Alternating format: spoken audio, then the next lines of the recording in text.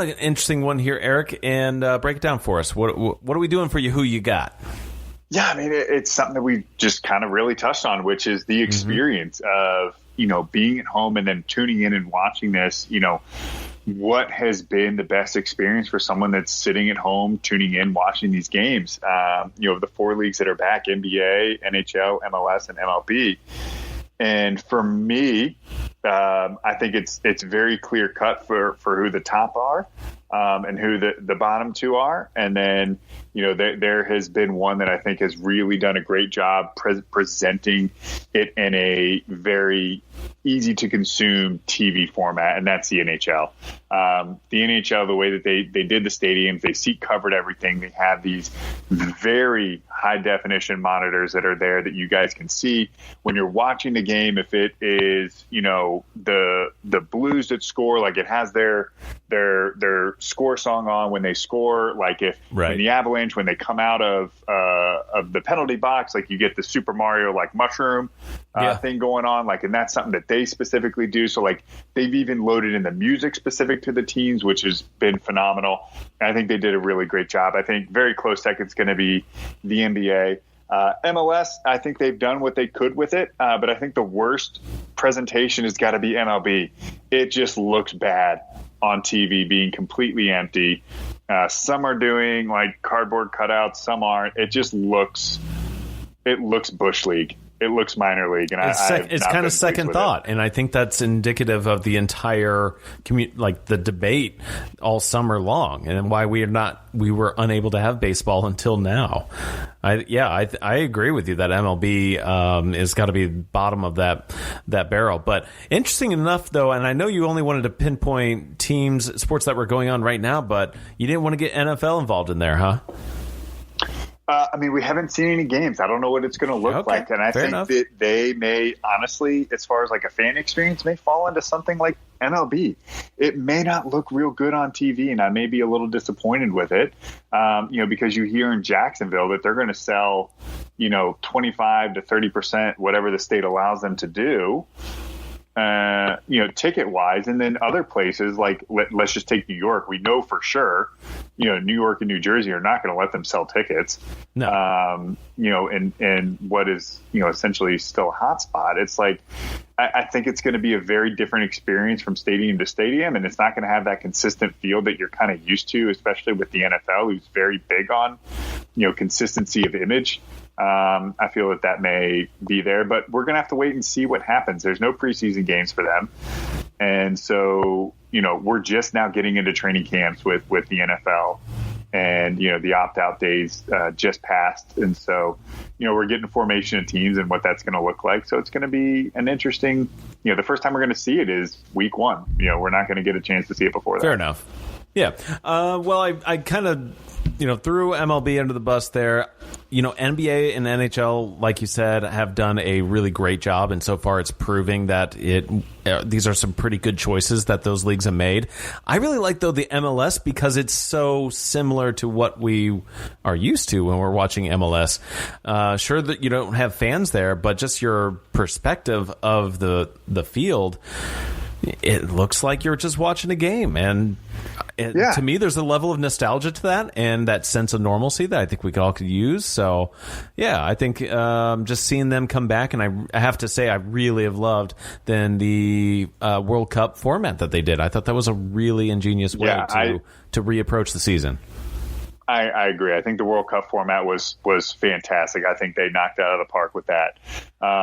They were a little bit limited as well as far as like being able to put up screens and like do something there. Yeah, I mean, it's if you look at it, like even on Google Maps, like where they're playing, it's literally a sports complex with fields. It's like, if you go to your park, it's just, all these fields put together, and like they just chose one that, had kind of the most room, but there's no stands or anything right. for them to kind of makeshift. So they did a great job with what they had. Yeah. Well, let's move on then into our Lightning standings. And yes, we have been dogging on them all season or all episode long, but we do want to talk about MLB. It is here. The games are happening, the real games, and they're counting.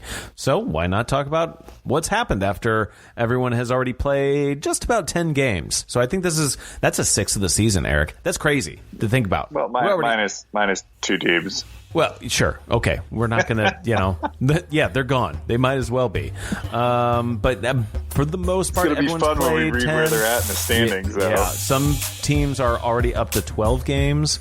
But then you have a team like Miami, only 3 recorded games. So that's why they're surprisingly in second place. Yeah. Anyway, we move on. So it's going to be a little different. Eric, we didn't even talk about this. You want the AL or the I'll go ahead and take the AL. Sure, because that's what I'm looking at right here. So I'm you're proud of your Baltimore Orioles. I know it. I am right now, baby. For now. For now, I don't. It's they're a bad team. It's because they're playing Miami. They're playing Miami now, and they're not winning that game. So let's not talk about that. Okay. Okay. This is the first time they're playing Miami, so let's cut that out. Sounds like sore losership, but yeah. But I know for most of the season they're not really going to be good, so it just is what it is. But we're going to start at the top of the East. This is no surprise to anybody. The Yankees are 8-1, followed by the surprisingly good Baltimore Orioles at the moment, 5-3. Tampa Bay Rays are 5-6. Blue Jays are 3-5, and the lowly Boston Red Sox. Oh, that warms my heart so much. A very pedestrian and crappy 3-8. Then we move on to Minnesota. Out there at the top of the Central, 9-2. Chicago White Sox 6-4. Cleveland Indians 6-6. Detroit Tigers 5-5. KC Royals are 3-8. And then we move out west, and we got the Oakland Athletics up top at 6-4. Yeah. Followed by the Houston Astros 5-4. Texas Rangers 3-5. Seattle Mariners 4-7, and the LA Angels, Los Angeles Angels of Anaheim, 3-7 with 300 winning percentage there. So now we move over to the National League with Ty. Yeah, outside of the White Sox and Baltimore sitting at the tops of their division, and then with, as you mentioned, Boston in last place, not a whole lot of change going on over on the AL. But yes, NL, let's talk about it. The East, you have Atlanta sitting on the top with 12 games played, 8-4. 2-1, though, go to the second place Miami Marlins. So, yeah, a little weird.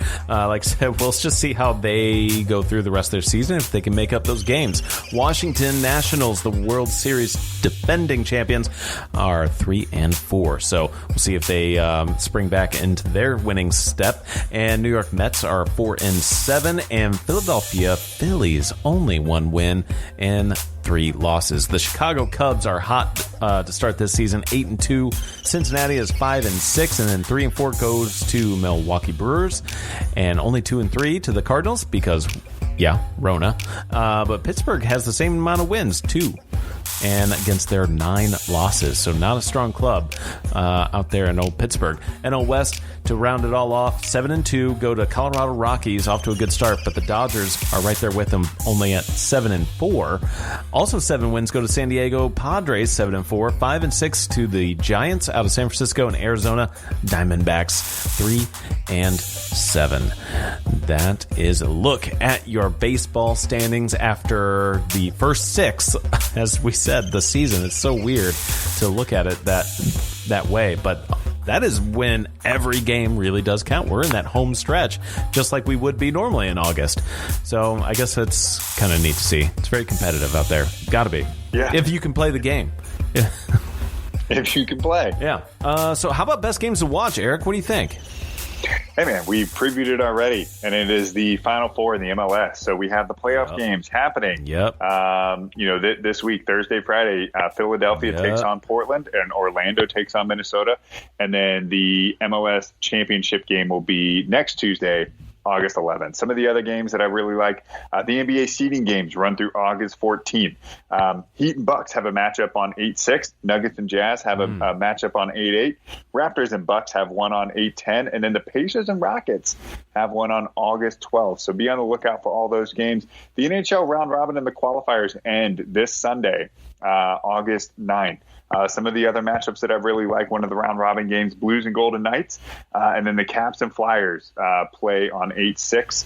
And then the Blackhawks and Oilers series has been phenomenal through 2 games so far. So is the Pittsburgh Penguins and Montreal Canadiens series has also been fantastic through 2 games. They both pick it back up on 8-7. Those are the games I got that are best to watch. The man did his homework. You just heard it now. So take those notes and watch some sports. Some good stuff out there. Good games. Eric, do you think anyone's really got a chance still against Lakers and the Bucks? Are those? I mean, is anyone going to top them even with this? I think the Bucks are going to disappoint, man. Yeah, I just don't see it. I don't feel it. I think beyond Giannis, the Bucks just aren't strong enough or deep enough to do it in the playoffs. As far as in the West, no, I think the Lakers look super strong. I think they are certainly a team to beat. I'm not crazy about the Nuggets this year as far as like making a deep run. I think they could cause a headache for a team, but are they going to beat the Lakers? Probably not. Right. The Lakers are just so deep. Yeah, keep an eye on the East. Would be the team. Okay. Yeah, Clippers would be the team, and in the East, I'm kind of going a little bit homer here, but I like the Heat and I like the Raptors. The Heat's not going to do Raptors it, man. repeat. Yeah. The Heat have looked really good. All right. In their games. So. Yeah. Well, I'll leave it at that. That's our show. Thanks so much for tuning in. Again, it was Average Sports with your average guys, Eric and Ty. We'll be back in a couple weeks to talk more sports as they go on. So be well, be healthy. We'll see you later. Thanks for tuning in to Average Sports with Average Guys. Don't forget to like, subscribe, share, tell your friends, and we'll see y'all next time.